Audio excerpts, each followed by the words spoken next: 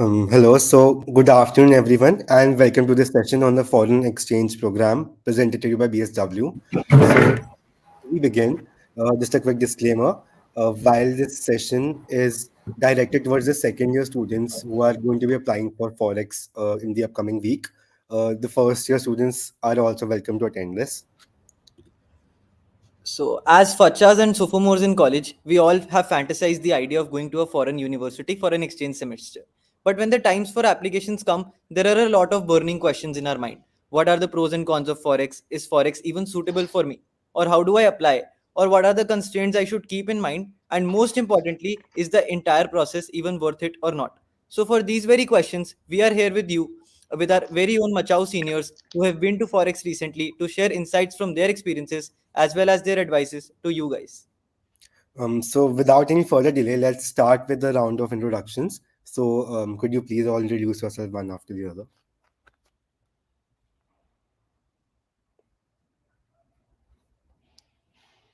Adiraj, if you could begin. Okay. Yeah. Hi, everyone. I am Adhiraj. I am fourth year biotech. I went to Loughborough University, UK in spring of 2023. Shubham. Yeah.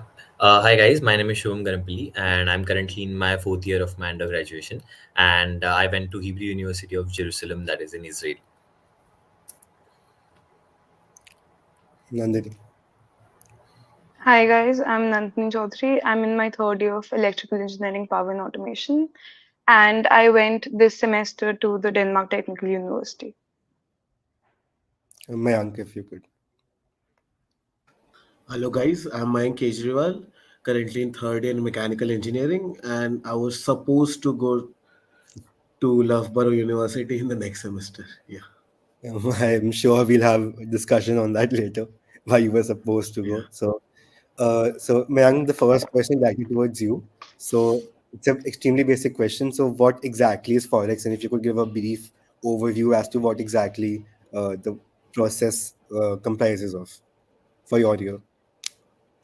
Okay, so Forex is this foreign exchange program where students from IIT Delhi are selected to go on a semester-long exchange to different universities which are tied up to IIT Delhi uh, to gain experience and to learn.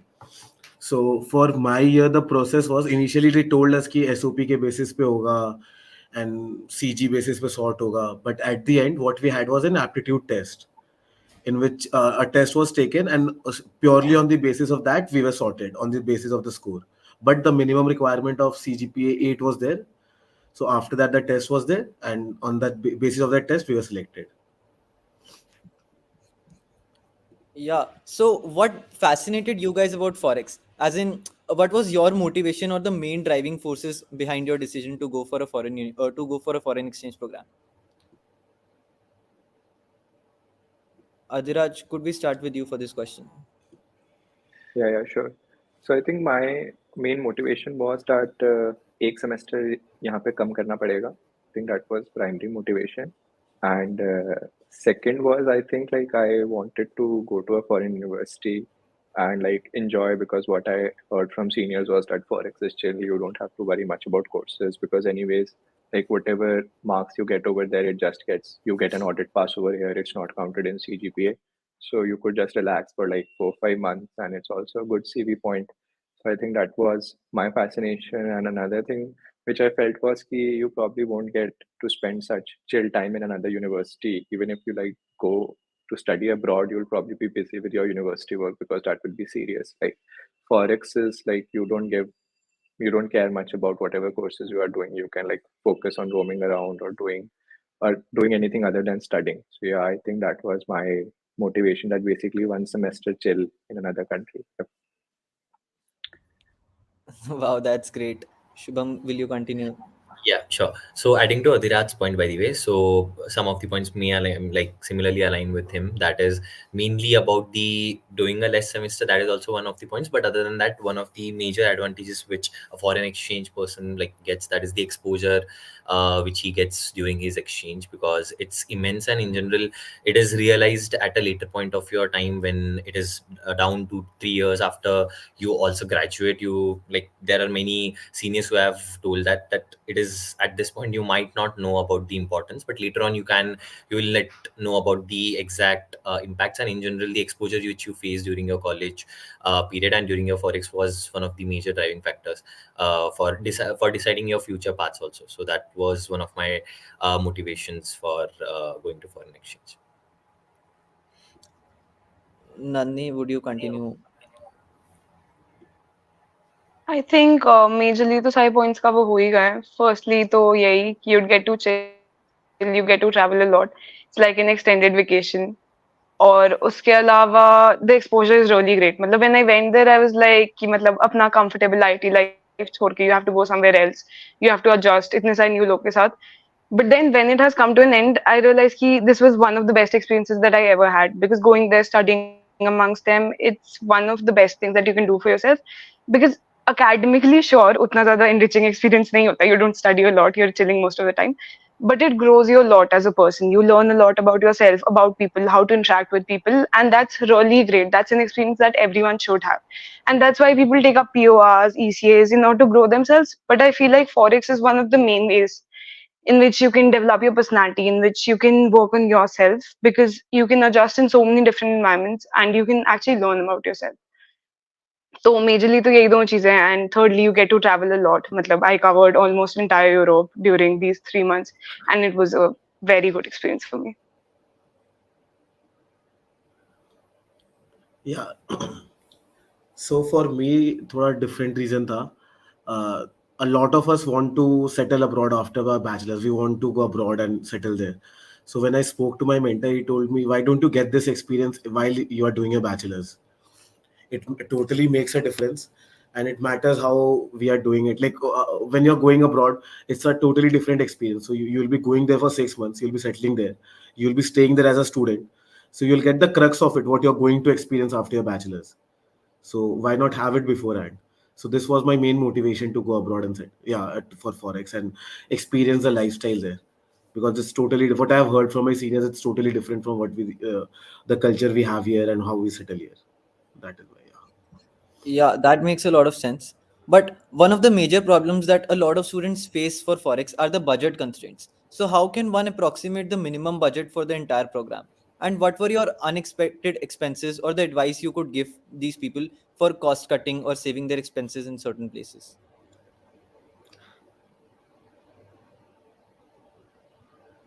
Shubham, would you take this question? I just lost the internet, but can you please repeat the question once? Yeah, sure. So one of the major problems that a lot of students face for Forex are the budget constraints. So how can one approximate the minimum budget that is required for the entire program? Or what were your unexpected expenses or the advice that you could give these people for, say, cutting costs and tips for being street smart?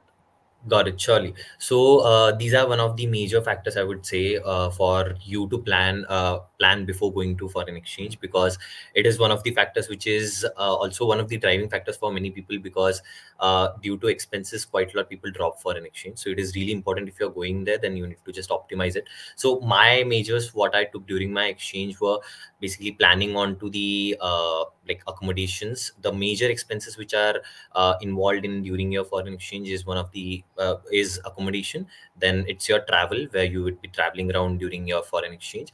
Other than that, it's about your other fees and other basically associated basically expenses which are important for your foreign exchange. Like a few quite a lot universities have insurances which needs to be paid, and they are quite hefty, because medical allowances and medical fees are quite hefty around the outside India, by the way. So that's why these are the things which are really important. So you need to plan it really well before going, and to have an estimate. And in my case, in general, also I had a few of the options which were given by the university itself regarding stays and accommodations, in which it saved quite lots of my expenses during my exchange. And I would in general advise also, whenever you are going for an exchange, do try to look at some hostels. So in general, like common accommodations, if you want to save on quite a lot of money. And in general also, if you if you want to experience the culture, because these all hostels and other basically dormitories which we say, which are functional in outside countries, are quite a lot enriching in cultural experiences, because they are quite a youth hostels. So they help you a lot to in general grow and to understand their culture, which lies. So do try to go for these programs, because like whenever you travel after going to the Forex also, all the majority of the countries have these hostels which are also based on voluntary basis. So you don't have to pay any fees for the accommodation or nothing else. You just have to you just have to do like normal tasks which are involved during for volunteering, and which provides you free accommodation and also food. So these things are really help you during your exchange if you want to travel around the country with less like avoiding the accommodation expenses. So these were a few of the parts of my uh, optimizing the expenses. Nandini, is there anything that you would like to add to this? I think one thing that I would say is when you choose your university, also look at the city. Don't just look at the university. Because when I chose DTU, I just chose it because uski ranking अच्छी है, वो best university है among all of them. And when I went there, people asked me why you choose Copenhagen, why you chose Copenhagen, and I'd always think कि I didn't choose Copenhagen, I just chose DTU. But before selecting the university, you should always look at the city कि वहाँ के expenses कैसे हैं, वहाँ का culture कैसा है. Because when you select a city like Copenhagen, it was expensive. Like everything was shit expensive. Matlab accommodation was expensive, even if you go for the best option. And sure, matlab college accommodation ke through hi lena chahiye. I was living outside, so that was an extra expense. फिर traveling was very expensive. Matlab even taking the metro, that was very expensive. वहाँ पे food is very expensive. So one advice that I would give people is pehle look at the city, look at how expensive it is because some cities are very expensive than others. Cities like Zurich or cities like Copenhagen are very expensive. So try to avoid those cities as much as you can and go for good universities in other cities that are less expensive. पहले वो and secondly learn cooking यार because मतलब वहाँ पे food is very expensive. वहाँ पे night mess पे 30 रुपए की मैगी नहीं मिलती है. It's very expensive and जब मैं गई थी मुझे नहीं आता था cooking. तो मेरा तो ऐसे ऐसे दिन बीतता था कि I wouldn't eat throughout the day just to save money because it's so fucking expensive. Learn cooking and मतलब try to look for accommodation beforehand because if you go for flats या फिर वैसा type का कुछ which is outside the university and city के थोड़ा सा पास तो it will be very expensive. अगर तुम पहले से अप्लाई कर दोगे for some college accommodation or something like that तो it will be way cheaper for you and मतलब तुम्हारे उतना ज्यादा इफेक्ट नहीं पड़ेगा overall budget पे and you can use that money to travel a lot. यही है मेजर चीज है तो. Is there anything that Mayank or Adhiraj you guys want to add to this?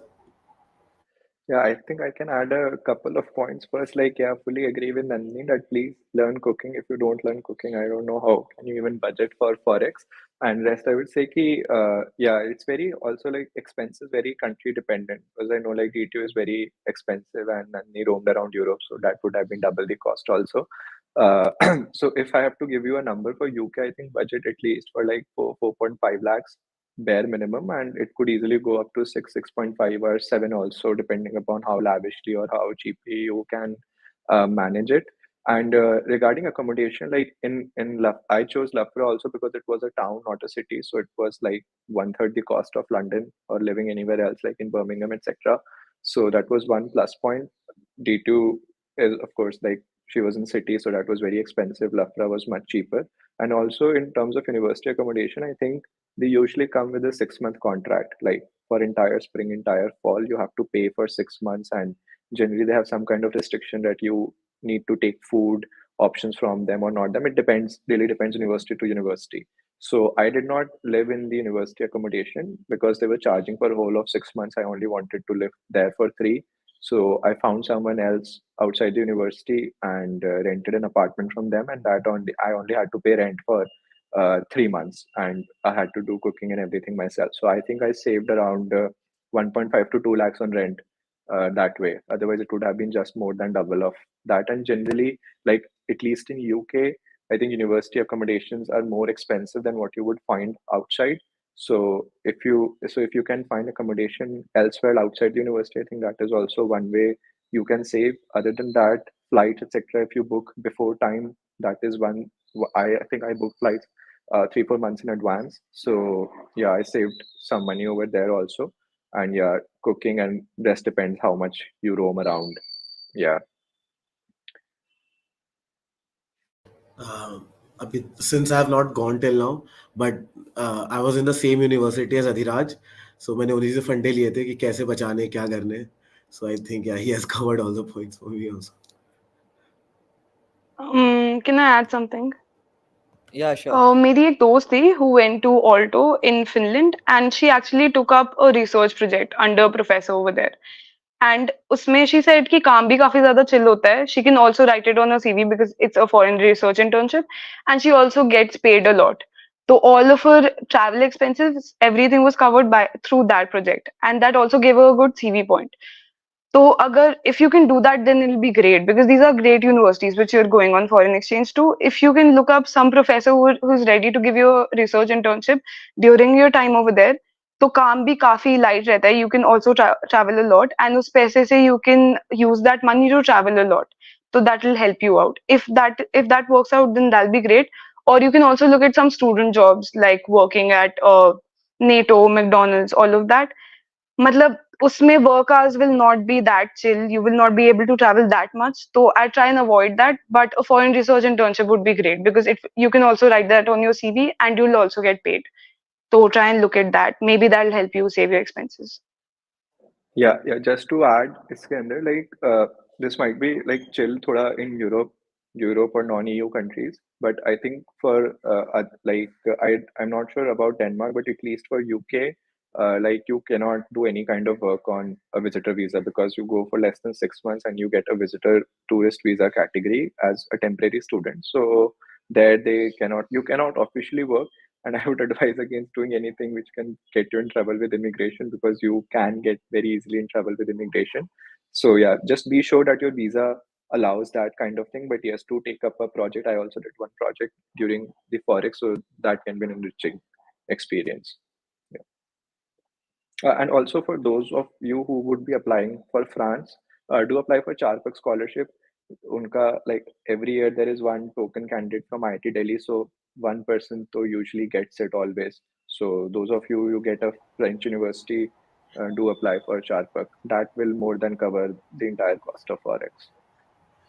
Surely. Also adding one point to like Adhiraj like said about scholarships. So there are also scholarships which are being provided by the Ministry of Foreign Affairs. That is the MFA scholarships by many of these country governments. So that's why do look out for once your university allocation is done. Do look out for the country and accordingly do visit the sites of the government where there can be quite a lot scholarships which are under the Ministry of Foreign Affairs. So, but the only crunch is again the point would be that the stay period. Normally, these scholarships require stay for more than 6 months, or let's say more than a year. But at least there can be a try that there can be few of the scholarships for lesser durations as well. So do look out for that as well. It's quite helpful. Okay, so moving on to the next question. So the next few questions are geared towards helping people figure out whether Forex is viable for them or whether they can do it or not. So one clarification, I guess Diraj touched on this already, but a clarification on what is the academic fee associated with Forex. As in, do you have to pay the fees of IIT Delhi as well and the Foreign Institute as well, or you get some kind of relaxation? So Diraj and Shubham, can you Yeah, answer this if you've Sure. gone there? Yeah, I think Go you ahead. only have to pay IIT fees. You don't have to pay. I think for all the universities that come, there is an MOU that you don't have to pay any tuition over there. You only have to pay whatever regular semester fees you give at IIT, and you can also skip paying the mess fee for that semester. You can talk to the warden, CC Dean International Programs, and you can skip paying the mess fee also that semester. Only pay the tuition fee at IIT Delhi, and you're not supposed to pay any tuition at that university. Rest all expenses yours. Only tuition is waived off by IIT. Right, exactly, like adding same on Adira's point, that is it's itself academic fees are taken care of, like not taken care of, it's just you need to just have to pay IIT about the regular semester fee which you need to pay. Other than that, it's hardly there is, like for few, as I also mentioned in my previous answer, that is about the medical insurance fees. So few of the universities require an mandatory insurance whenever a outsider is visiting the country or even a university. So in those parts you just need to cater that as well. But other than that, there is nothing like these are all comes under the extra expense bucket. The major academic expenses are directly covered, only are paid to the our own home university itself, nothing to the foreign university. Okay, so the next question is related to the CG and how the CG is affected by going to a forex. So again, since you've both been there, can you answer the question? Yeah, so I will take it just yeah. So mainly it's nothing much about the CG to be said. Constant rehti hai, during the whole semester. So the CG, like for example, if you are going in like sixth semester, so after your fifth semester is done, the CGPA which you have built after your fifth semester will remain same just after your sixth semester as well.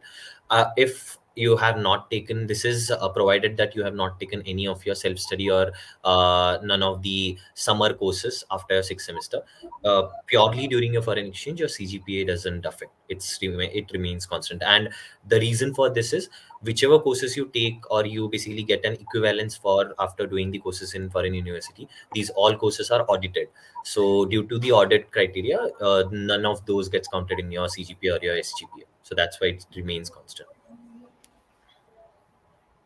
Yeah, I think that is mostly about it. One thing like you should keep in mind is that since if you go for Forex in either fifth or sixth semester, you like immediately after that there is OCS placement internship season, right? Placement, sorry, yeah. So after sixth sem, like your CG gets locked for the placement. So if like someone is at 7.8, 7.9, they want to push it to 8, then you should probably take that into consideration because your CG will be locked. So that is one downside if you're just at the edge of some CG boundary like 8 especially. And another thing is that one advantage is that since one semester you go over there, and since all courses are passed as audit pass courses, so your denominator is low. So you have more scope to increase your CGP in seventh or eighth. Yeah, those are the only two things. But as said, there is no effect on GPA for Forex. Okay, so Mayank, could you take up the next question, which is how important is forex as a CV point, as in strictly from a CV perspective? I think it matters a lot because for your placement coordinators or the interviewers, it shows that you can adjust anywhere you go. So if your job requires a bit of traveling, so it's obviously a very positive point. You have adjusted to a different culture for 6 months. You have stayed there. You have done well. So it adds a lot of value to your CV, and especially for consultant roles or jobs which requires a lot of traveling, it adds a lot of value. But besides that, I think it doesn't add so much. But even if you want to go for research, if you're applying for masters, then also it adds a lot of value to your CV because you have stayed somewhere else. You have had the exposure of different sort of academia, because academia at India and academia somewhere else, especially in Europe or America, is completely different. So it shows that you have experienced something like that and you want to pursue it further. So it shows you're serious. Yeah, so it matters if you're writing it, if you want that as a CV point. Sure, it's a go to thing. Yeah. So, are there any negative repercussions to look at before applying for forex? Like often people are confused between say holding PORs and going for forex. Any thoughts on that, Nandini? Can you answer that question? I think this was something that I struggled with a lot because these were two very good options for me. पहले let's talk about two kinds of people. One kind of people जिनको सिर्फ मतलब consult के लिए चाहिए POR and who think कि POR will help them in their consult shortlist. मतलब इसमें कोई ashamed होने की बात नहीं है. A lot of people fall into that category. तो for getting consult shortlist, matlab I didn't have a third year POR. I had Forex in my scores, and as Mayank mentioned, it's a very good scholastic achievement point. And I feel like uske karan my scores was a spike because in consult they look for spikes. So I feel like that, along with a few other things, made my scores a spike. Whereas mere PORs, mein, I didn't have a third year POR at all, but still I got shortlist at consulting firms because my scores was a spike because of forex, because forex is a good point. It adds to your scores a lot and it does make your scores a spike because वो एक अच्छा CV point है, right? And when you look at PORs, that is something that could be compensated for because of my forex. And I was also a bit shocked because I didn't have a third year where I was not expecting a consult shortlist. But because of my scores, that somehow got compensated, right? So when you're having this dilemma just because of consult, you should also look at the fact that POR is not the only thing that can get you your consult shortlist. There are a lot of things on your CV, right? You have the four sections. उसमें से if you make two or three of them spikes, you are more or less likely to get a consult shortlist. The second kind of people who really want to go into that club and who want that pure for the sake of it, I'd say in that case you should go for it, because Forex is also a great experience. But if you're really passionate about that POR and if you really want to continue in that club, then I think both of these are good options. And वो एक quote नहीं था कि I don't take the right decisions, I take decisions and then I make them right. So if you have the right reasons for both of these, if you want to go on Forex for the experience, and or if you want to continue in a club for the sake of that club, for the sake of working, you can be happy in both of these scenarios and you can make both of these scenarios work. But ये मत करो यार कि मतलब मेरे को consult में जाना है, POR चाहिए, इसके वजह से I won't go on Forex, because this is a great experience यार. And consult की shortlist आ जाती है. They don't just look at PORs, they look at a lot of things. And मतलब Forex is really a good CV point. It can like make your scores a spike easily. Yeah, Yeah, that was I think very inspirational. If someone wants to add something, then please continue. yeah, I think I can add a couple of points here, especially like CV negatives, whatever. So like with CV, the thing is like people, I think the system will remain same, so I can give an honest answer. So like there are two stages to Forex. Like once after initial screening round, you get a list of people, and then the international office asks you to fill in your university preferences, right? And people have an option of backing out over here. That if you don't want to go, you can just back out here. This is also a call point that you got in the Forex test. So some people will use this as a call point. And second is that after you get this list, you have a rank in this list, and then you fill in a preference form, like which university you want, which semester you want to go to, and then you get a final allotment list where everyone who has filled the form from that list gets allotted a university. So this is the second category of people. This is also a score point. What happens like from this final list of people who are actually allotted a university, many people don't end up going for whatever reasons, like they later realize that degree nahi nikal rahi, or it's too expensive, or for XYZ reason visa nahi aaya. There are many reasons and many people don't end up going. So this category of people will also write Forex as a call point in their CV. And it's very difficult for the recruiter to distinguish between who actually went and who did not actually go to Forex and was just writing as a call point, because both of you were allotted a university. So the only way to distinguish between a real Forex and a paper list wala Forex is you actually go and do something at the university, which is the only thing you could probably do is probably project under some professor. But then writing a project in the CV becomes an issue because you cannot write it in the internship section. OCS does not allow it. And in a consult CV, you will not really mention it under, you do not really have a project section in a consult CV. So that's the trade-off of a CV point. So many of these people will also have a Forex in their call and will also might have a third year POR. So that can outweigh someone simply who just has Forex in the call section. So if you're going it from a purely CV point, if you're going it from a purely CV perspective, then I would thoda suggest against it, that don't purely go by that perspective, because there will be other people who will also have that thing in mind, and it will be same in the end. So you will also have to go and grind at the foreign university to actually make it stand out.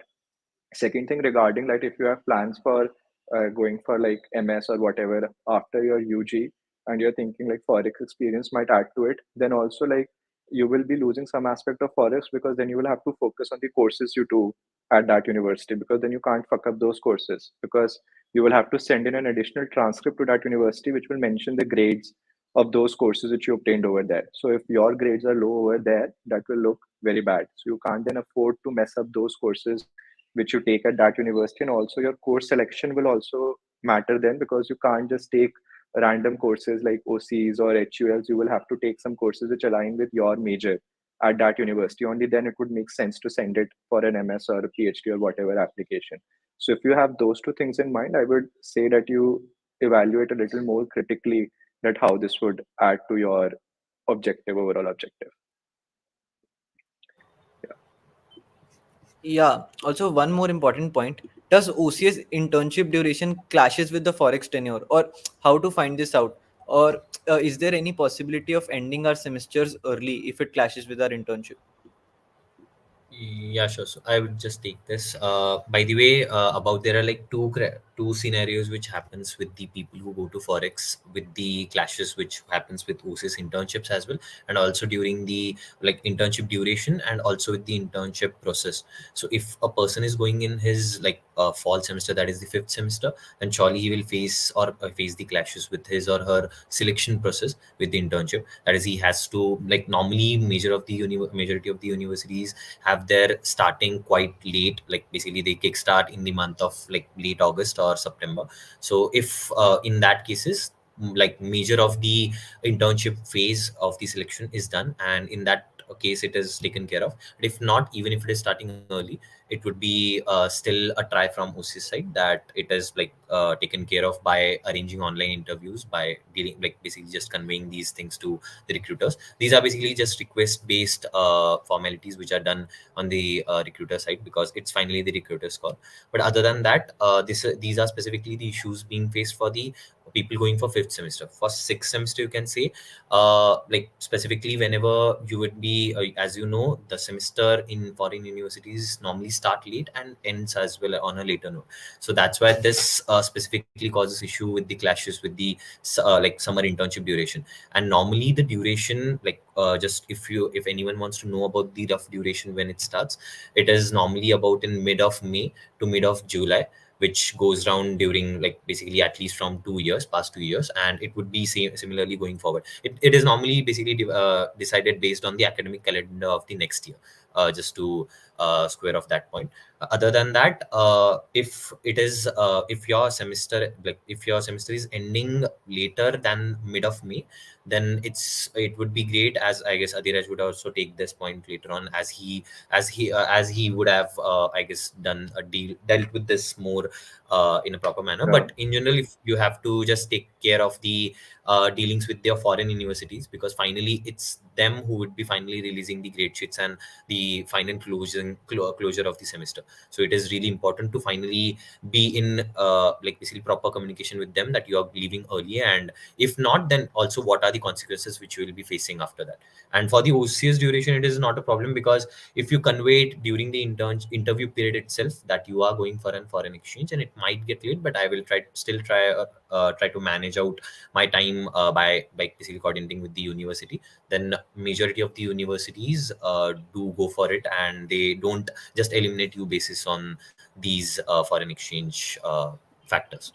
So yeah, go yeah. ahead. Just to add to it, I think like for those of who can go in fall semester, like have the provision, like choose going in fall semester because there it doesn't. It's not a pro. I think only Macquarie started early. I think rest all they start their semester after the OCS internship week is over. So then it really doesn't clash. And even if you like, I don't know if Macquarie has come or not. I don't exactly remember. But even if a university semester start is clashing with OCS, then you can just go 1 or 2 weeks late to that university and attend the OCS process over here. So that will not really trouble you if you go in fall semester. Spring is a different ball game altogether because spring semester will inevitably clash with your internship duration because I think other than I think only Canadian universities have this semester from January to April and May first week, which is same as IIT Delhi. I think all European universities and UK universities they start somewhere in end of January, start of Feb, middle of Feb, end of Feb, and their semester goes on till minimum till end of May and June, July, whatever. So if you go to those universities during spring, then yes, your internship will clash with them. And coming early, don't take it for granted that you will be allowed to come early. For example, Lucknow was very clear that they would not allow anyone to leave early if you have exams in June. Like the semester ends in the last week of May, and all their examinations are in the month of June. And they were very clear that they won't allow any kind of online examinations or anything of that sort. If you have a course which has a paper examination, you must be present in Lucknow in June to give that examination. They made some provisions during COVID time, but not really now. And this also depends university to university. I think my friends who went to France, they did get an option of giving it with Dean Academics. That's one way that the university can send the paper to the office of Dean Academics or Dean International Programs, and they can administer the exam. I think for those who went to Newcastle, they were able to arrange it with Newcastle that they can give the exams at the British Council Center in India. So that is one option you have, but like yeah, I can say for sure for Loughborough, like you will not be allowed to come early. So if you are planning to go there, then plan to stay for the entire semester, which will be till the third or fourth week of June. And spring semester will clash with your internships, other than Canada, I think. Yeah, so please keep that in mind. I think for majority of the people who choose spring, they realize this later and are under the impression, under the false impression that they would be allowed to come early, but that's really not a certainty. Like for the batch that went before us, like which was the first batch that went after COVID, universities made some provisions because it was the first Forex batch after COVID. So they gave some leeway. But after that, I think that's not really how they work. Like even in IIT, like if there's someone at an exchange here, IIT won't allow them to give, an online exam when everyone else is giving an offline exam. So yeah, please keep that in mind that if your internship is important to you, then don't choose spring, choose fall, provided your degree program allows it. Yeah, so one thing that we have heard is that forex में जो seniors जाते हैं उनके credits अटक गए थे. So does core courses get approval or are they able to pass their credits or BT आती है? Mayank, can you answer that? BT तो आती है. Like I can speak for my branch. I'm in mechanical, and when I went in which university I got selected, वहाँ पे सिर्फ 22 lecture hours होते पूरे semester में. And we know IIT Delhi में it's a rule कि for each credit there should be 3 hours of lecture per week. So my DUGC chairperson refused that. Okay, since the number of hours are not adequate, we won't be passing your credits. So yeah, this is an important factor when you are selecting your university. Look into the course program and look into the number of contact hours you have, and speak to your seniors who have gone there or who plan to go there, so that these things can be sorted out beforehand only. So yeah, so this is the major problem which I faced for my core courses and the electives. For the department courses, besides humanities ke courses and OCs, generally they get approved. They are the professors there are more lenient, but core courses and department के courses में थोड़ी BT आती है. Like they refuse if contact hours adequate नहीं है या core course is not exactly overlapping. One professor even told me कि one topic was missing. So that topic is very important to us at IT Delhi. I teach this for the major of the semester, so I won't be passing your course there. So all these types of problem I had to face since I did not go through the course plan beforehand and did not look at the lecture hours. So yeah, these things I have to keep in mind while selecting the university. Yeah, and for all others, is Forex actually feasible for your branch? Or for your branches, are the core courses credits passed? Or were you more inclined to do HUL or OCs during your foreign exchange? Adhiraj, can you begin? Yeah. So like in order, like since I have gone through this, I now understand that how this equivalence stuff is done, etc. So one is course. So equivalence and credits are two separate things. So one is course equivalence, that whether the course content at the foreign university is equivalent to the course content at IIT Delhi. So for major, I don't think that you can get DC courses passed. Like at least in biotech, you cannot, and those are the most difficult to get passed in any branch. I think departmental code, you need very high overlap and really depends on your UGC committee and whoever is taking that course, whether they approve it or not. Next is Ds. Ds are somewhat easier to pass, but again, you need to find an equivalent course, which might be difficult. Like, for example, Loughborough, I don't think they have an equivalent D in biotech or even in chemical engineering, which is suitable. Then you can find OC and HUL. Now, HUL I think is the easiest to get past. I also did all HULs and 1-2 credit D only. So HUL department is very chill. They are very relaxed. They will approve almost anything. If you find some few words, I literally found 2-3 words equivalent to one course at Lapara. They approved it. Very genuinely nice people. And so if you can get HUL courses passed, try for them. Usme neither academic section gives an issue, neither your main department gives an issue, and HUL department is the easiest to deal with. OCs are also like depends branch to branch. Like so OCs may like generally the rule is ki OCs should be chill. Like equivalence is based on whether 40-50% of the course is equivalent or not to the IT Delhi course. But the professor who is taking that course might not actually know that why you are asking for that or why you want that. Your DUGC may not know these, informal conventions that OC need not be 80-90% equivalent. So they might not grant that approval. Like this is what happened with Mayank. Like with OC, etc., approvals are supposed to be much more easier. Like 40-50% courses equivalent, you can get it passed as an open credit, as an open category, open elective course. But that also varies branch to branch. In biotech, you can get OC course passed because the department is not involved, and you can just talk to the prof, get the equivalence from there, and move forth with it. So this was about subject equivalence. The next step is usually credit equivalence. Like, so this credit, regardless whether the professor approves the course or not, this will ultimately be checked by the UG section. So when you finally submit all your approval sheets signed by the department to UG section, the contact person over there will ask you either email IDs of the professors who took that course or the university courses of study like we have, so that they can get the LTP structure out of it and then award you credits accordingly. And they will verify that whether the credits you have entered and the department has approved, whether they match or not with whether the number of credits you're asking for. So for one credit in a 14-week semester, you need at least 14 hours of lectures.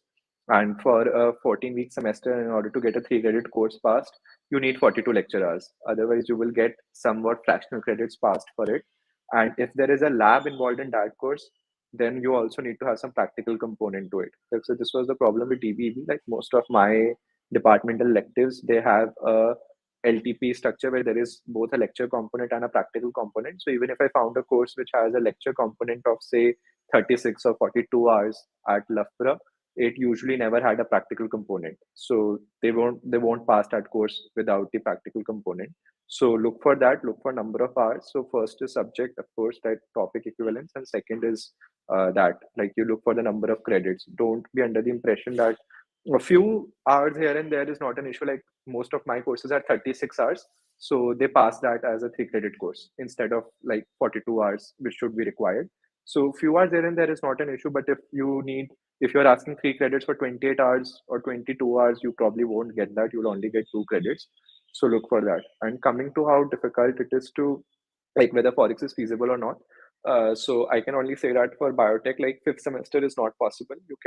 You literally cannot go in fall, because there is, yeah, like 1 semester your degree will be extended in any case, because the core courses clash with the 7 semester courses, so you won't be able to complete it. So you cannot choose fall in biotech. Spring is feasible to go. That is why I went in spring. But again, like completing the degree becomes an issue, like because you will they say right now I'm doing 26 credits in 8 semester. So that is something you need to up for, and I'm still uncertain that I'll get my degree. So yeah, you can see, like, yeah, degree issue that depends really branch to branch. Biotech mein zyada, I think chemical textile are more relaxed in that way. So for biotech, don't choose fifth, choose spring, and then again see whether you have withdrawn or not done any core course in the previous semester, because that will really become an issue in seventh and eighth. Yep. Sure. Yeah, so like I guess greatly covered by Adhiraj. Just wanted to add a couple of points. So as you know, in general, that is like speaking for chemical department itself. That for chemical also in general, it's quite chill. As also like specifically as compared to other branches, like chemical and textile have quite leniency in getting these credits approved at the end after your foreign exchange is done. So firstly, like even if you see the equivalent sheets when you basically go for the approvals, it just has the like basically department's approval, and then the like basically it also has the major like DNACAT's approval, and overall it just has the other details about how equivalent it is in like respective of subject equivalence and also about the credit equivalence. So these it contains these details. So once you like the department, if your department is quite flexible, then it allows like it gives you quite a lot of freedom, because Dean Academics doesn't give any issues. Like normally it doesn't has a problem in getting these approved by the DNACATs. So that's why majorly your work remains with your department, and at the end, after that, after these forms are submitted to international offices, then they basically the coordinator center there approves these credits. And as compared to previous years, I would say, like the experience which our seniors faced and which we had heard, that they faced quite a lot of issues while getting these credits approved, like whole and solely. Like for example, if they applied for 4 credit course, they normally used to get 2 or 3 credits approved and not the whole 4 credit. And that was one of the major issues which were faced by the senior years. And for this year also we are getting like these kind of issues, but still it is quite reduced as compared to earlier, because it has bit gone into leniency. And also this was majorly faced for HUL department, which also I guess Adiraj covered about that it is one of the lenient courses which you can get like basically credits off. But still the problem is that there are also cases of getting these partial credits approved. So but now what step they have taken for like starting, I guess last semester itself, that they have basically normally they used to basically approve these LTP structures and these equivalences after the courses are done. But after these basically stuff happened with these seniors years, they have basically taken a step that they will do all these equivalence matching before the student he or she goes to foreign exchange. So you have to get the approval about all these. Basically definitely you get the approval, but normally they used to do it at the end of, after the course was done. But now it is like strictly done before you go to foreign exchange. So you will get an idea that how many credits you would be getting before going to foreign exchange. And itself it is advised that you do these equivalent stuff before going to it, so that you are clear with your degree requirements and you don't face any issues while like after getting the equivalence, like during getting the equivalence, because it is one of the major factors. And yeah, degree ka sawal hai, so I would say don't take any risks. Yeah, Nandini, if you want to add anything to that. I think it majorly depends on your department. Like departments like my department, electrical, it's pretty chill because most of the courses are very international and you can find equivalent courses at almost every university. So I found that were overlapping in and I and matlab professors are also accepting to pass your courses. And even after that, even if some courses are not passed and you do have prerequisites, getting waiver is relatively easier in electrical. Similarly, in departments like computer science, you have a lot of courses that overlap. And I know a friend जिसने मतलब बहुत सारे अपने core courses भी वहीं पे complete कर लिए थे because courses are so equivalent. Whereas in branches like biotech, मतलब I know a friend who's not going on foreign exchange because she's not getting courses passed over there. क्योंकि courses just do not overlap and it majorly depends on your department कि वो लोग कितने ज़्यादा accepting है. तो one thing that I would really suggest is sending the mails way before in time, way before you leave. And मतलब पहले से ही पता करके रखना whether or not they will be passed. Because if you just go over there और फिर मतलब equivalent साल लग रहा है and you do it and you come back, तो you will face issues with your degree. मतलब degree completion will be a problem. तो way before in time, मतलब 2 to 3 months before you leave, start sending out all the mails and look at courses which are equivalent and majorly and talk to seniors as well because उन्होंने जो courses कर रहे हैं and जो professor से बात कर रहे हैं most probably वो pass हो ही जाते हैं. तो try looking at that and majorly तो electrical में it's pretty okay. मतलब professors are accepting and they do consider foreign exchange as a viable reason. Some departments are BT though. Okay, so thank you, Nandini, for that. So, by this point, we hope that the viewers have a rough idea of whether they want to go for Forex and whether they actually can go for Forex, depending on their branches.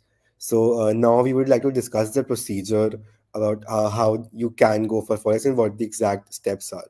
So, Mayank, you touched a little bit on this earlier. So, could you explain what is the eligibility criteria for applying for Forex and do PURs and ECAs, do they matter in for the application, and what exactly they're looking for in a candidate? Okay the first criteria जिसके basis पे सबसे ज़्यादा लोग shortlist मतलब हटते हैं that is that 8 CGPA criteria without that you can't even apply on EACATS. And after that, there's an application process where you have to write a SOP, that is a statement of purpose, that why you want to go on a foreign exchange program. So uske basis pe like in our year they told us ki they'll be shortlisting us on the basis of that, but at the end they did not consider the SOP thing. But yeah, I would suggest कि तुम अच्छे से लिखो अपने SOP. SOP में you have to include why you want to go there, your past experiences, and how well will you be able to represent India and IT Delhi as a whole when you go to your visiting institute. So yeah, if you have a lot of PORs, or if you held some EC, or you were active culturally, you played a sport. So those are obviously positive points for your SOP that adds a lot of value. So yeah, that is it. I think Adiraj will be able to expand on it more. Yes, I think they don't really do the selection on SOP, but nonetheless, I think you should put in some time to it because you never know. It's like every year they do something different which they didn't do the year before. So if you put in a bad SOP and they ultimately end up selecting on SOP, you should not regret that you did not work on the SOP. So yeah, I think yeah. So few points you need to cover, like very standard. Like if you are telling anyone that you want to go for forex, what should you convince them of that? Why do you want to go for forex? Are your reasons genuine? मतलब you can't tell them कि मेरे को chill करना है एक semester. That is what you should keep inside yourself. And the second thing is that why should you be chosen over the other 100 people who are also applying for the same thing, right? So उसमें it's always good to touch upon that you want to go and explore academia even if you don't want to, because that is something that sells with professors that मुझे वहाँ जाके research करनी है. You can just write this stuff, मतलब no one will hold you to it, and you can like do that one thing. And then second, you portray yourself as a good cultural ambassador of India, that you need, again, you need not know कुछ भी heritage culture वगैरह, just write it that you know and you can do it. Yeah, it's just depends that how well you can portray it. You can use ChatGPT to help with it now. Yeah, so just touch up upon all those basic questions that what you're doing currently, why you want to go for forex, you will do research over there, you want to immerse yourself in a different culture, blah blah blah, and why you are good because you are a very good person and so on. Yeah, so that should be about SOP. Like majorly SOP पे selection नहीं होता. Like earlier, like before even our like before our seniors, there used to be proper interview and stuff. So there they used to ask some good questions and that you had to prepare for and genuinely demonstrate that what you are writing is true. But since they have done away with the interviews, you can get away with anything. Yeah. So just make a good SOP which checks all the boxes, I would say. As Mayank earlier said that there was a aptitude test. So Nandini, could you first of all could you share some tips for the SOP, and then can you further explain what the steps are after that, after you have sent your SOP? I think SOP is entirely covered. मतलब यही सारे points लिखने होते हैं basic वाले. You will represent India well. You're a good student, and your past experiences and how you can adjust in different scenarios. मतलब that is something I wrote a lot about. कि when I shifted from my city to Delhi, how big a cultural shock it was, and how I could adjust. And hence I can prove कि I can adjust in Denmark as well, and da. All of that. मतलब जो कि लिखना होता है basic. And also, it suggests कि don't use Chat GPT that much, because when you use it for SOPs and everything, like the person reading it can make out कि ये Chat GPT से लिखा हुआ है. So try to write in your own words and try to write it in a story format, ताकि जो इंसान पढ़े उसे भी अच्छा लगे पढ़ के, and they will be much more likely to select you. मतलब I also don't know कि SOP का कितना weightage होता है और aptitude test का कितना weightage होता है. That is something they don't tell us. But अगर SOP का weightage होता है तो फिर try and put a good SOP जिसमें ये सारे majorly points covered होते हैं. उसके आगे about the aptitude test, everyone is allowed to give the aptitude test जिसने भी apply करा था. And the aptitude test I was expecting मतलब math के questions या फिर English के questions, but ऐसा कुछ भी नहीं था उसमें. उसमें we had questions like who is your favorite sports person and why, फिर मतलब which is your favorite Indian monument, ये सब. So regarding that, they just checking ki how much you know about the Indian culture. कि when you go out and someone asks you that question, how well will you be able to answer? And तुम्हारे essay writing skills basically, how well you can write. So if you're just using Chat GPT all your life, तो फिर वहाँ पे you will fail. तो इसलिए just मतलब try and be good at writing. थोड़ा सा वो चीज दिमाग में रख लो, how to be good at creative writing. And just genuinely उस चीज को वहाँ पे एक story format में if you write it out, तो फिर मतलब you will get selected and काफी अच्छी rank आ जाती है. So you don't have to prepare anything as such for the aptitude test, मतलब nothing like that. Just be good at essay writing, creative writing, and ढंग से answers लिख के आ जाओ in a story format. तो that helps a lot. बस इतना basic सा होता है काफी test. Just to clarify, I didn't mean कि पूरी SOP write with Chat GPT. Of course, Nandini is right. Edit with Chat GPT. I think if you give a completely Chat GPT written answer, anyone can detect it. Yeah, yeah. So edit with Chat GPT, guys, and don't write the entire SOP with I Chat guess GPT. Yeah, also I guess during our time we didn't had chat gpt as well. Like during our time it just came around, I yeah, guess, yeah. We after didn't have. like the last semester. So that's why there wasn't a chance as well. And Also, don't one good pause. test is like after you write the SOP, actually go and ask ChatGPT to write an SOP for you. And if you see that you have a lot of overlap with what ChatGPT has written, that is, a call for you to introspect that what you are writing, an AI chatbot is also can also write. So that's how bad your writing is. So that's a wake up call to improve your SOP. For those of us who are not 100% sure of whether they want to go for forex or not, would you recommend them to apply for forex? Because we have heard that backing out from the process once you are selected is very difficult. So is that true? Shubham and Mayank, could you shed some light on this? Yeah, sure. Like by the way, like specifically, as I guess Adhiraj also mentioned this earlier when he was explaining the like process about that. That in general, there are like two phases. One is the three-tier process, which was used to conduct. For example, now there is only two-tier process, that is the SOP and the aptitude round. After that, they release a merit list, which with the ranking of the students who have applied and who have basically got selected for foreign exchange. But post that, this is yet just the list of the ranking with the students. So there isn't a university allocated at that moment. Post which they ask the like, basically they float a form who this for the students who are interested to further go beyond this point for getting a university allocated to them. And basis that, you have to just put your preferences in that form and in that responses, and you just have to basically give the rankings of the universities you would like to go in a preferential order. And accordingly that are captured, and based on your ranking and your preferences submitted, they try to allot your university. And after the university is allotted, there are like two stages before the when the merit list is out and when the university allocation is done. Backing out is recommended and also advised during when you are at the merit list point.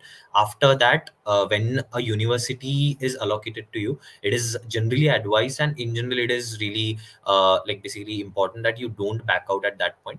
The reason for that is, once like there is also one thing about institution, that is, as you know, that these are like IT Delhi has MOUs with all these institutes and all these like basically agreements signed. It doesn't really show up that like you are backing out at that step, that you have committed to a university that you would be visiting and again now backing out. That also like basically degrades the value of IT Delhi, and that you would not want, right? So that's why that is also one point I would also request not to do that at a later stage. But other than that, like there are few cases, just to mention it here, that there were few cases in our year that who backed out even after the university allocation was done, basis on like critical situations, that they weren't able to complete their degree itself. So like if there are critical cases like on specifications, then there can be basically leeways given by the international office. It is generally advised to back out just at the step of like SOP or any at max till the merit list. Post that, it is recommended please don't back out after that, and it is really you can face consequences, right? Like Mike, you can add if you want to add anything. Yeah, so I'll tell you the scenario which happens here at IT Delhi. A lot of people applies, they take up the university for that CV point. Uske baad they back out. They're saying, like giving some blunt reason to the international office, and it's generally accepted. But yeah, as Shubham said, that is not a good show on your CV, and you are dereputing your institution, because you have the institute have MOUs signed with that universities. So yeah, I would suggest that you don't back out at a later stage, and to avoid the situations wherein your degrees get extended. That happened in my case, and other reasons. You should plan your courses accordingly in the fourth and fifth semester also. So अभी ad drop session चल रहा है, so you should talk to us and or other seniors who have gone. So you should ask कि कौन से courses अभी कर लेने चाहिए, या कौन से courses अभी extra कर लो कि बाद में degree extension की problem ना आए, so that you don't face these problems later, which I faced. So yeah, Baki, I think if you want to back out, you have a genuine reason. Things arise at a later stage. We understand, like financial constraint हो जाते हैं, या फिर degree extend हो रही होती है, और some other reasons which may arise. So in उन केसेस में इंटरनेशनल ऑफिस आपको कंसिडर कर लेती है, but it's good that you avoid these things, and whenever they arise, you inform the office as early as possible. So you don't just do it for a CV point. You if you even you should apply only if you're serious. Yeah. Yeah, also I Yes. would like, just sorry, Abhinav, just one small thing to add here. Ki if you're not sure that you will be able to go through with foreign exchange and etc. because your seniors like our batch, our junior batch, उन्होंने इतना मचाया हुआ international office के साथ, I would suggest that don't choose for forex because with these people you never know that they can give you a lot of trouble.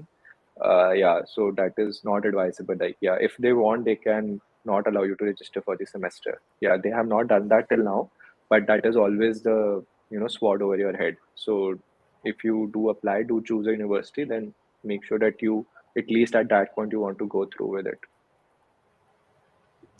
Yeah, I think you guys have greatly covered up everything up to this point. But before we go ahead with this podcast, how would you describe your overall experience, especially cultural and social aspects, or how much were you able to travel in the countries that you went to? Nandini, would you begin with that? भाई मुझे तो बहुत मजा आया यार, legit. मतलब one of the best experiences of my college life, literally. मतलब I had so much fun. When I went there, it was very different for me because I've never been abroad before this. And वहां पे जाके नए लोगों के साथ रहना, because here I had a very comfortable life. I had my friends, I had my courses भी ठीक चल रहे थे, everything was good. Da, da, da. But when I went over there, it was very different. And starting afresh and इतने सारे नए friends बनाना, इतने सारे लोगों के साथ interact करना, it was very new for me. And travel, तो you get to travel a lot because I was in Europe, so I had the Schengen visa, which covers entire Europe. So I could cover a lot of countries. I traveled a lot. मतलब हर एक weekend we used to go somewhere or the other.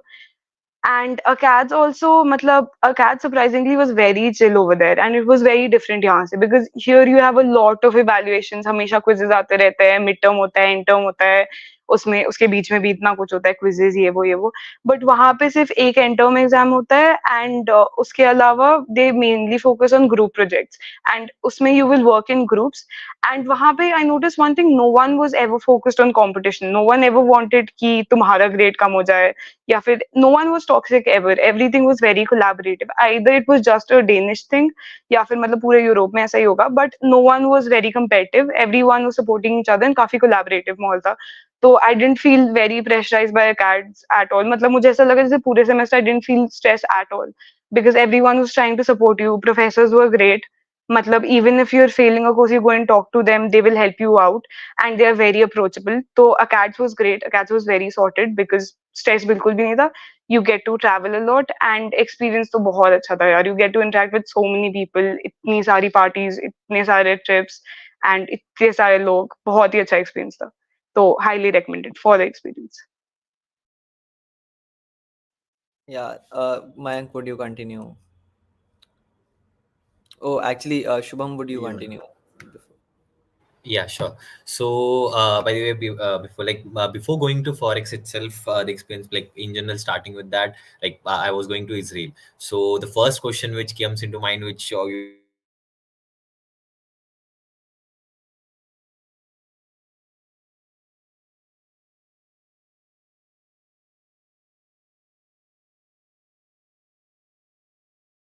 great country to go forward with, because am I audible, by the way? Yeah, sure. So basically, it's about in general, whenever you like the country in general is really great to visit. And you get to notice about Israel once you visit the country, because it has a lot of things for you which you don't understand, like just being an outsider. And one of the reasons for me to choose Israel was because of the experience. And in general, it is that you would be visiting Europe or in general any other parts of the country for your trips or for your tours, but visiting Middle East is really hard, even for your further education. And it's a great time to just explore and to basically have that experience, which you will not be able to get in your future years. So that's why that was one of my points. But other than that, the experience was fab, I would say. Like like one of the best experiences I had till now. बहुत घूमने के लिए मिलता है, and then you have lots of like friends you make from all around the globe. So now you can see, like after Forex, you can at least have like at least one or the other friend in maximum of the countries. So you can, whenever you visit the other countries, you have someone or the other who is there to your buddies there to help you around. So and these stuffs, apart from that, in general for Israel specifications also, you can say it is quite safe if you see Jerusalem in general, because the university, the Hebrew University, is located in Jerusalem, and it is quite safe because it is the center of, it's the capital of the country, and it is never involved in these practices. And also these practices are going around from earlier years, but still like I hope that these go down, like basically are not much severized at the later stage, but still like the country is really great. And also it is lot of things to be like basically go like around the country as well. Like you also have, I went to Jordan and I went to Egypt as well, and they have really great cultural aspects, and it's one of the things which you will not get any other at any other points of the world. So you will only be able to experience it in the Middle East itself. So that is really a great experience which I had. So like I cherish it for my whole life as well. So that's the one point. Yeah, I think, yeah, I don't think, given current situation, anyone will go to Israel now. And I think after the our Yeah, sure. allotment list, Surely I agree. That's why I said I hope that it doesn't go yeah, that long, but and it settles and someone goes. yeah. Yeah. And I remember जब हमारी year की allotment list when it came out, I saw Shubham at Israel. I was like, चलो इससे एक बार आखिरी बार मिल लेंगे, पता नहीं Huh, फिर literally, exactly the same point as I said. Allah Everyone was like, "You are going to Israel." It's like what would happen, and then it's like done now. Like, just do keep calling us and all stuff. But as I said, so हाँ it's quite safe, and nothing yeah to worry. Just definitely यार उनके जो protocols है वो सब तुम्हें follow करने हैं, बस जो भी safety yeah protocols in general, they have yeah. really The more great I safety. see about Israel, I think you are more safe in Israel than you are probably in Delhi Yeah, in a definitely, non-war exactly. I would in say peacetime surely, in peacetime. surely Yeah. agreeable. Yeah, and like to add to Nandini's, मतलब I think मुझे बहुत stress था forex में कि why do I not have any stress. मुझे इस बात का स्ट्रेस हो गया था after one point I feel like genuinely I had like इतना stress free I don't think मैं नाइन्थ के बाद कभी था जितना मैं फॉरेक्स में था. कुछ था ही नहीं like करने को. None of my courses had exams. हफ्ते में एक दिन क्लास होती थी, वो भी नहीं, वो भी मिस कर देता था कि कौन आधा घंटा वॉक करके जाएगा university. So I think out of the 9 weeks I was there, I went class only 3 times or 4 times, and exam bhi nahi tha. So assignment submit kari सिर्फ last में. So it was that chill, and I legit had stress कि I don't have any stress in life इस point पे. And I think this is like the best part. I think I have bitched about Forex for the whole session and सिर्फ demotivate किया मैंने. But I think this is the point where I would like praise Forex for the experience. I think that was really, really good. And I chose UK because I wanted to go and live in the UK for some time, see how it works. And UK is very beautiful, like, and Loughborough is in a town, so like you really get to see how people live in towns and suburban areas. Because even when you're visiting a country as a tourist, you really only go to the city areas. You really don't explore the countryside or the townships. You don't really see how the local people live over there or how an average person lives over there. And Loughborough allowed me to live that life for 2-3 months. That was very good. I think I went around north, south, middle of UK everywhere. Then before going, I also got Schengen visa, so I was also able to go to Europe for about 1 month. And Loughborough had like a 1 month break in middle of the semester. Like after 7 weeks, there are like 4 weeks ki chutti. For some reason, I don't know why. Yeah, so that was a good part. So like that whole month, I was in Europe, in Germany and Austria. So yeah, so from my experience point of view, from living alone and from going and living in these, especially in town areas, I think phenomenal experience you won't have probably even when you go to university to study after your undergrad. So yeah, completely from an experience, from a roaming point of view, like chill karne ke point of view, like best experience. Yeah, definitely go for that, not for any other stuff. Go with the mentality that you want to chill. Yeah, then you can totally enjoy Forex, like Humo Fero. And yeah, that I think is the whole point of it. I think after this question हम सबको बहुत FOMO हो रहा है forex जाने का. I'll make my SOP today itself. But Mayank, we do not want to exclude you from this question. So can you talk about the expectations that you have had of what you could experience there, or any research aspects? Yeah, I had spoken to a lot of seniors and nobody advised against it. Everyone was like, अगर जा सकता है तो जा. I had spoken to Adhiraj also, and a lot of seniors who had gone to UK कि आपका experience कैसा था, what you guys did there, and I had a lot of expectations, and especially I think those who are going in spring semester, there you have this 2 weeks का छुट्टी also, holidays.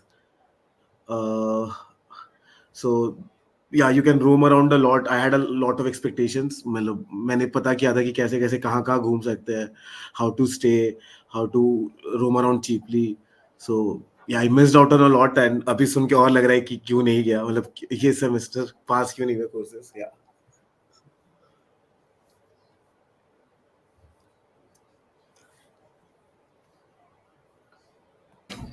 Yeah, so for the next question, a very basic concern a lot of people have is regarding the language barrier. So, Adhiraj, you did your Forex in Europe, in London, so I don't think you must have had this issue.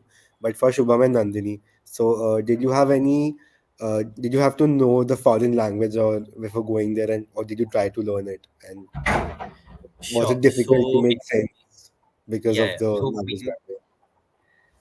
yeah, sorry to interrupt. Yeah, so mainly about the language barriers as well, stuff regarding that.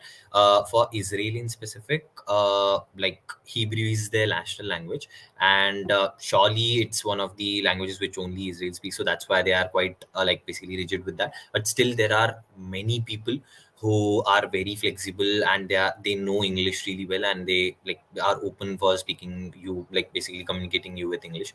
So that's why it was not a barrier, I would say, for me in general during my foreign exchange. It never felt that way, and all the people there in general were quite supportive. And in general also, about the friends I had made, all were around from like basically different universities, like from Europe and from US and all, and also from like basically Asian parts. So that's why these all people like were like roaming around the world. So that's why they are really great at like English and all stuff. So it's quite great to go forward, and like language barrier didn't felt any of the basically restrictions which I felt during my foreign exchange. So it was really good for me.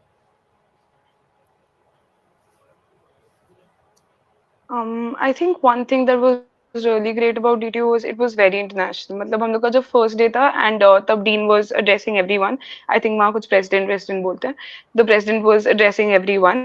तो फिर he asked how many of you are international students, and I guess around 75-80% of the people raised their hands.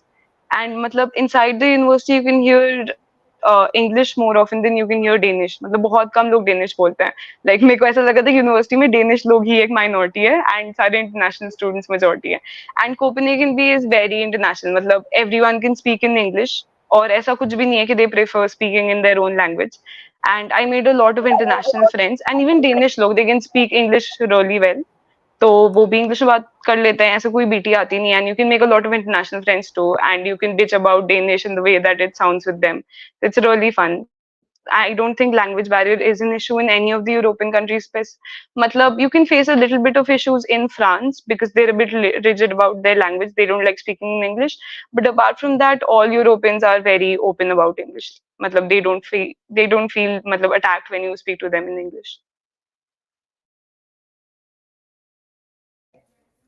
Okay, so a fun surprise question for all of you. So, could you all name any one specific incident which you remember quite specifically that was fun or which will be interesting for our viewers to hear about from your Forex experience?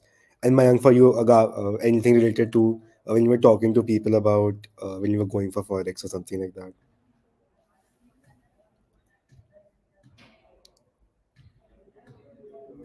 Can any of you answer on the spot?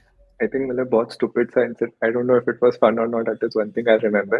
So when I was in Germany, like I went to the supermarket and got milk. Like first of all, I learned that they don't work on Saturdays, Sundays. I was like, बड़े काम शोर हो गया.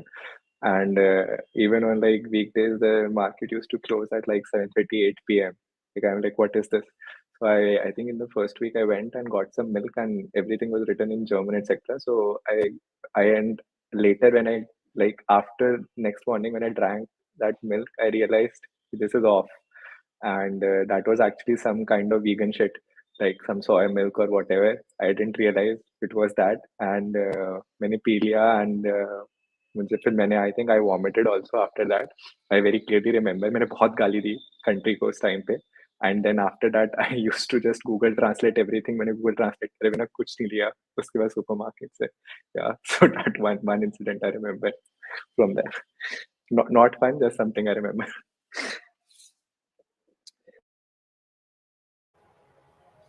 I guess like yeah, for me in general during my experience like काफी ज़्यादा incidences हुए, but अभी जो one of the incidents which I like fun events which I still remember, like in general in Israel like Friday and Saturdays are off, like Friday evening till Saturday night it is off, and then Sunday is working there.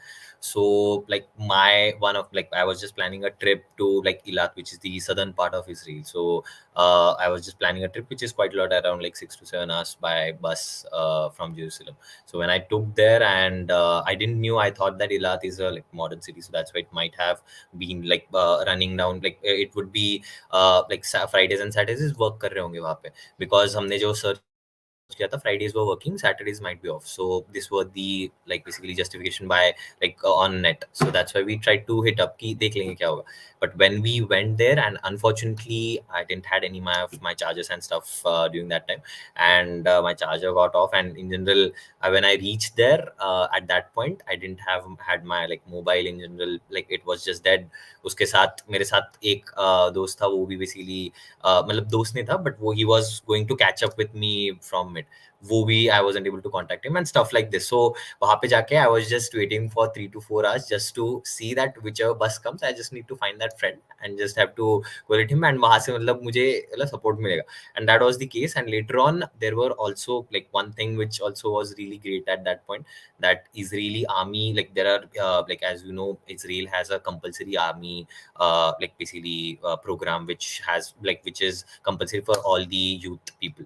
So that's why these all are basically youth people have their like all machine guns, like, and in general these M4s with them in their age of like 18 and 20s. So it's like really furious to see this. And at that point I just wanted to like just borrow a charger. उतने में मेरी फट रही थी कि यार ले अब मतलब कुछ और ज्यादा हो जाएगा उस टाइम पे. तो बिकॉज वो काफी ज्यादा like in general they are like very strict, and they don't interact with much of these people during their training. So because they also contain quite a lot confidential information. So during the but I still approached them, and it was really a great thing that he was so humble, and we just chat around like at least like 1 or 2 hours when I was sitting there waiting for my friend. And that's why they are really great, and it was one of the great experiences which I had. And I also wanted to, I still am connected with these like military persons from Israel, so that's why it is really it was a great experience. Yeah, so Uh, guys, yeah, please add. yeah, I think सबसे fun जो experiences होंगे that I cannot say over here. But मतलब one thing that was really nice was बीच में my parents came to visit me for like a week or two, and they stayed with me, and then we went around Europe.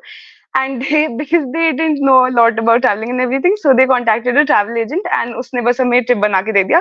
So he planned out Paris, Brussels, and after that Amsterdam for some reason. So I went to Amsterdam with my parents, and my mom is like really innocent. She's very innocent. She doesn't even know कि वहाँ पे weed का बहुत ज़्यादा culture है, कि they have coffee houses and everything. So she got socks for me, and those socks had weed leaves on them. And she just assumed कि ये कोई तो leaf है, मेथी leaf है, something like that. And she gifted it to me, and she's like, कितना अच्छा है, कितना tropical दिख रहा है, कितना pretty है. And I was like, okay, mummy. And then I went back to Denmark, and then I showed it to my American friends, and they were like, "Wow, your mom is so cool. She gifted you bead leaves. She gifted you socks with bead leaves on them." And I was like, "Yeah, she's not cool. She's just very innocent." So that was really fun. I think अच्छा से weed leafy थी, because that's not the only thing you get in Amsterdam. Yeah, so moving on to the next questions. What were your expectations going in, and how did your takeaways align with them?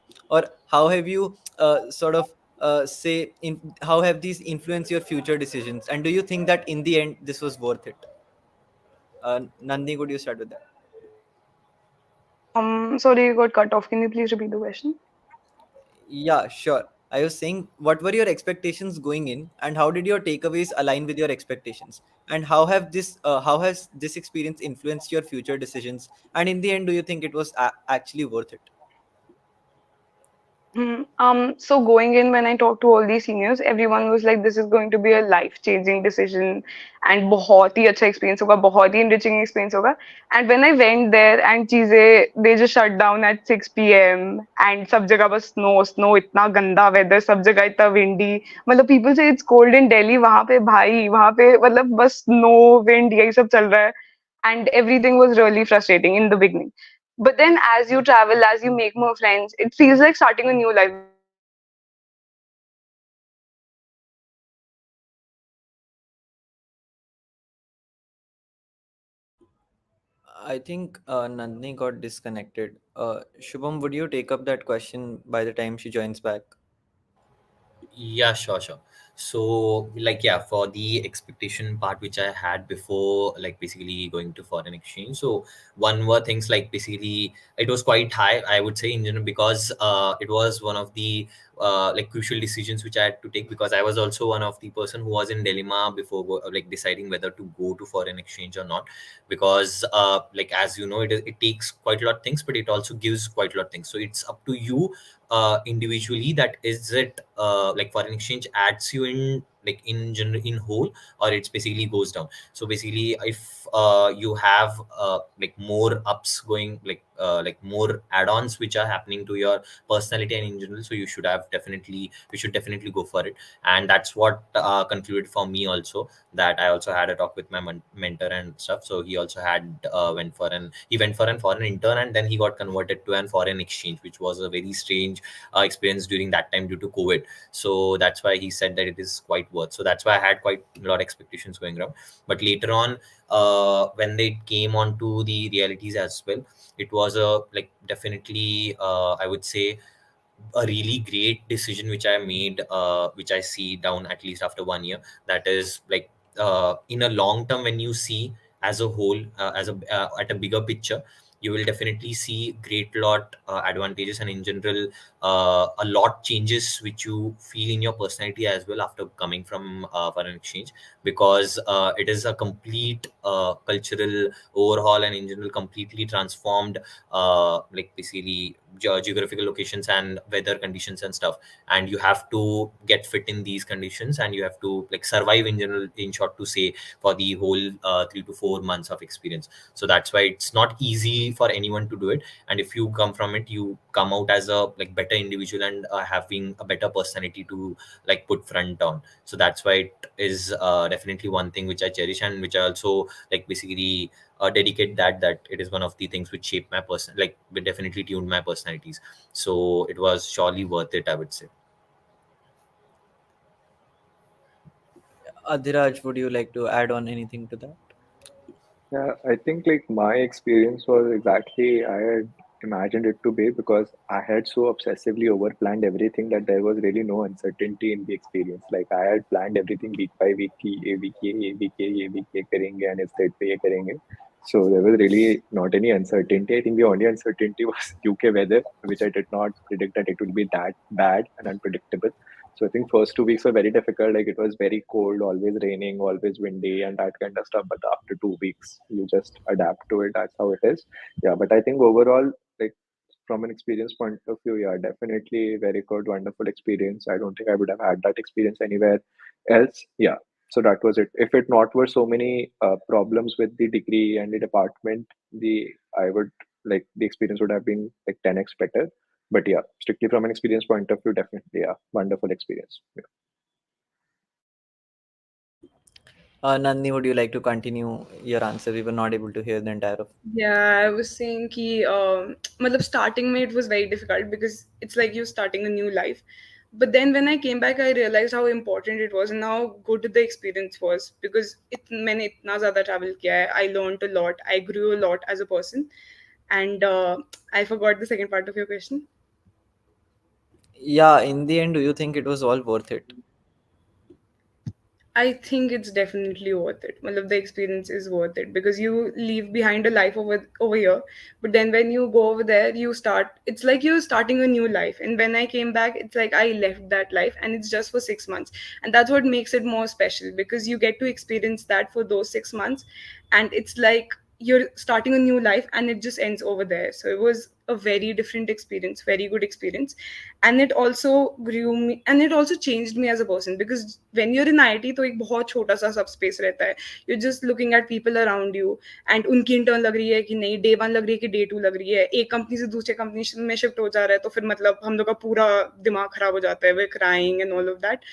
जबकि when you go over there you realize कि दुनिया में बहुत सारी चीजें हैं वो छोड़ के, and we say that in IIT but we don't realize it. But when I went over there I realized कि मतलब I am really young and I do have a lot of options other than just ये एक placement लेना है, ये एक job उठाना है, ये consult coding, all of that. And I think after all this I'm also considering extending my degree or going abroad for studies rather than just sitting in placements for the sake of it. Earlier मतलब I was just sitting in placements for the sake of it, and I was just doing it because I was bored of it. But now I'm just doing it because I want to learn more and more. I think Nandini lost her connection again. So, Hello, uh, hello, am I yeah, yeah, audible? yeah. Yes, you are So audible now. basically, there I saw people who were like 27, 28-year olds, and they're still in their bachelors because these people just went for anything they wanted. These people were doing their bachelors in music, फिर उन्होंने quit कर दिया, they were working for some time, and then they started their bachelors again. And that is something जो कि India में, especially IT में, we cannot even imagine. मतलब everything should be on time, everything needs to be completed on time. मतलब there people extend their degree willingly कि ज़्यादा time मिल जाएगा, we'll do it well. यहाँ पे मतलब it's leading to major mental health issues and all of that. So when you go on Forex you realize all of that, and the takeaways मतलब really change you as a person. I feel like a different person after coming back because it just lifted the pressure off of my mind.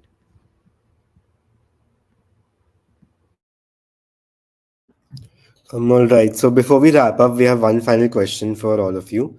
So, do you have any recommendations or advice for students considering a foreign exchange program, and anything you wish you personally knew before you went there? Any specific advice which maybe your seniors didn't give you and you wish they had?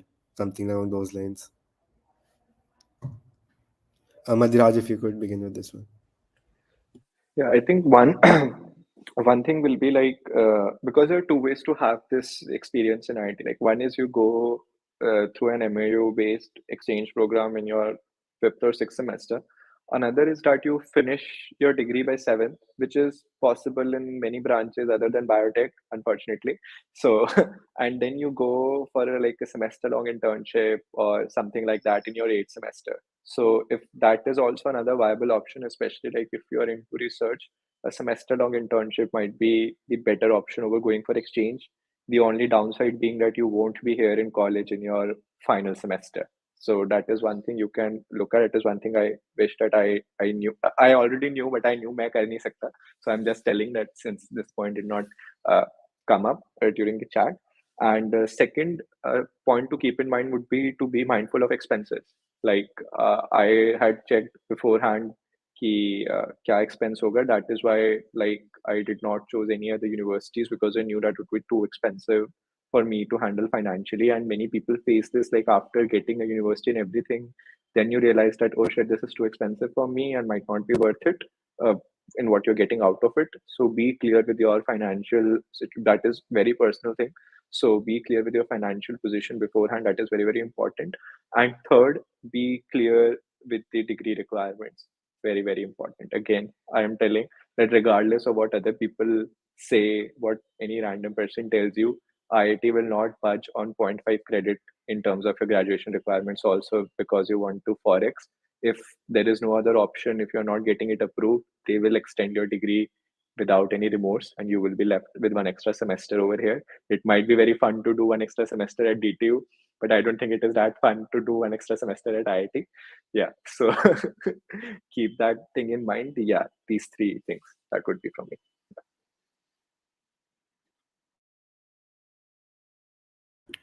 Shubham, can you take it from here?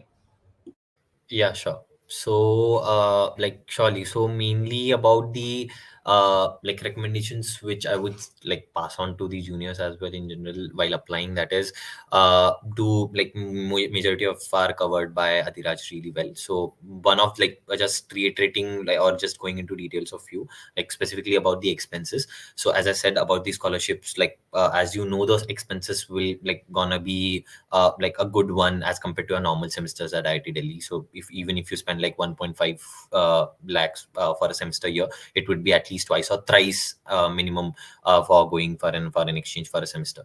So you need to plan accordingly, and like just हाथ पैर मार लो जितने भी मतलब कोई भी scholarships, काफी scholarships है ना, काफी मतलब in general ये क्या कहते हैं मतलब small scholarships भी है. Do hunt for those and try to get those, or go through collaborations with like professors for getting a internship, or even not, then at least go for something kind of a collaboration with the university, which also helps you to cover your expenses by doing volunteering and stuffs like this, which I mentioned. So these things really helps you a lot to cut down on your expenses and to like basically fit in well with your expectations about that.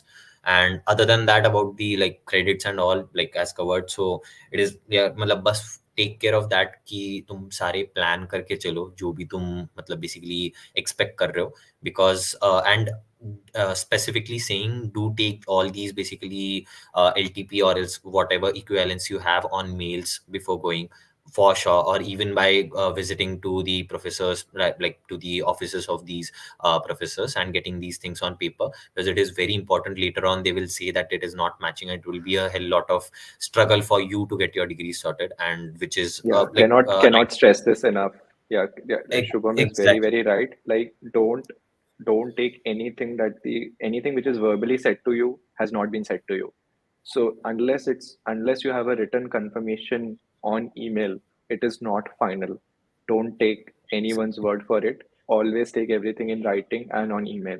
Don't go any other way. Like, it will come to bite you later. Exactly, because specifically saying for like as I also explained for the actual department case, like for an example, which they used to do it on a later stage, but now they have started it on an earlier stage before you go to Forex. So and it is directly passed through the HOD, and they like and she's the one who passes the like equivalence, or she's the one who judges the final equivalences, and that wasn't. And normally the like students approach directly the professors who take these courses, and it's not the professors who finally decides for a few of the departments, it's the HODs who decides these factors. So it is very important that you also take the approval of the HODs before getting, and all these things on mail again, not to say, and not like enough to stress on that, because it's very important for you to get these things sorted. Yeah, that's all from me. Nandini, would you like to add anything to that? I think majorly though everything has been covered. Just one thing is when you're going, be mindful of your expectations. मतलब don't expect कि जाते ही बहुत ज़्यादा fun हो जाएगा. I will start traveling a lot. ये वो. Starting में you do face a lot of issues because India में everything is served to us on a plate. मतलब वहाँ पे I have cleaned my own toilet. वहाँ पे I had to cook every day. मतलब do everything on your own. किसी भी चीज़ के लिए help नहीं मिलेगा. Even taking a taxi is so expensive. मतलब I only did that once when I went there because I didn't know how expensive it would be. Otherwise, wherever you go, you have to carry your own stuff. You have to do your own shit. तो मतलब that is something that you have to make up your mind for कि it is also tough in bits because वहाँ पे वो concept नहीं है कि ये काम हो जाएगा ये काम हो जाएगा. You have to do everything on your own. Secondly, starting में you will feel a bit lonely because you will not have friends. You are in a different country, you are in a different university. यहाँ पे भी जो लोग exchange पे आते हैं they're completely alien to us. वैसे ही हम लोग भी उनके लिए काफी alien है.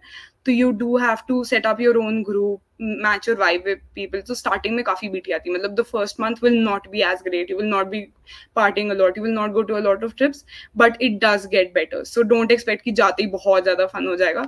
Just be mindful of that, and it does get better. It gets a lot better. Yeah, so on a last round, if there's anything that any of you guys want to add that was missed during the podcast, please go ahead. Yeah, just apply for visa in time. Like, if you are applying, if you choose a UK university, apply 4 months in advance. I paid 30,000 extra because like some issues which I can't speak online. But yeah, for those who are going to UK, like apply 4 months in advance because visa is taking 3.5 months right now. Yeah. Shubham, anything from your side? Like nothing specifically, yeah, because maximum sare points cover kiya, and it was, I guess, a very brief session. And in general, like just to say that, uh, see at a bigger picture whenever you decide whether to go for an forex or not, rather than seeing just as a short term goal, because it is really important. Because when, like as I mentioned, later on the stage, after like going down, like job, internship, everything will land onto a place, as also Nandini said that time, that these things matter. But still, it's as I said, it is depends on individual to individual, but still these things continuously will come into your life, but foreign exchange will not come in your life every time. And it's one of the chances which you will have during your college itself.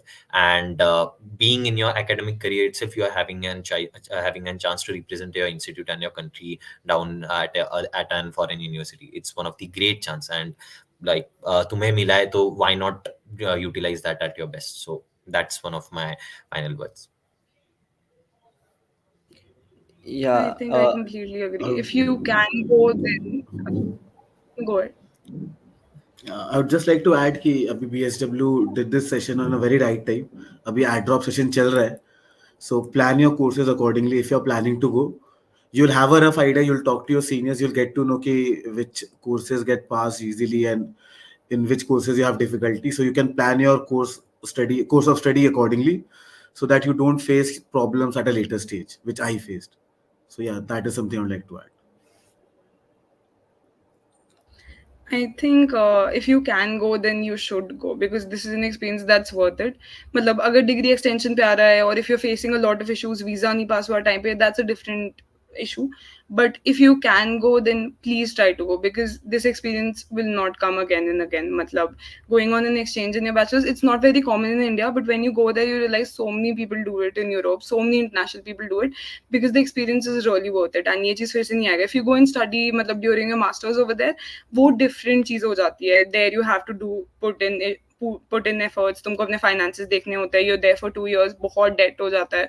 But अभी you just for 6 months, this is like an extended vacation. You get to experience that life and you get to come back. तो this is a great experience. If you can go, please try to go. But वही degree मत extend करा लेना यार इस चक्कर में.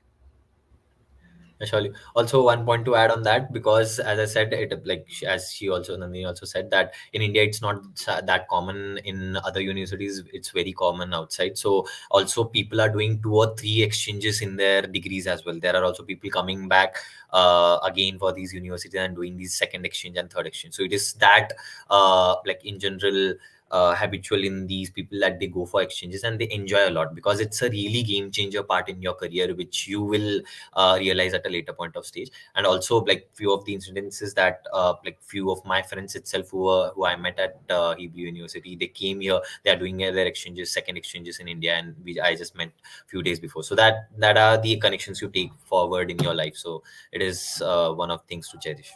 Yeah.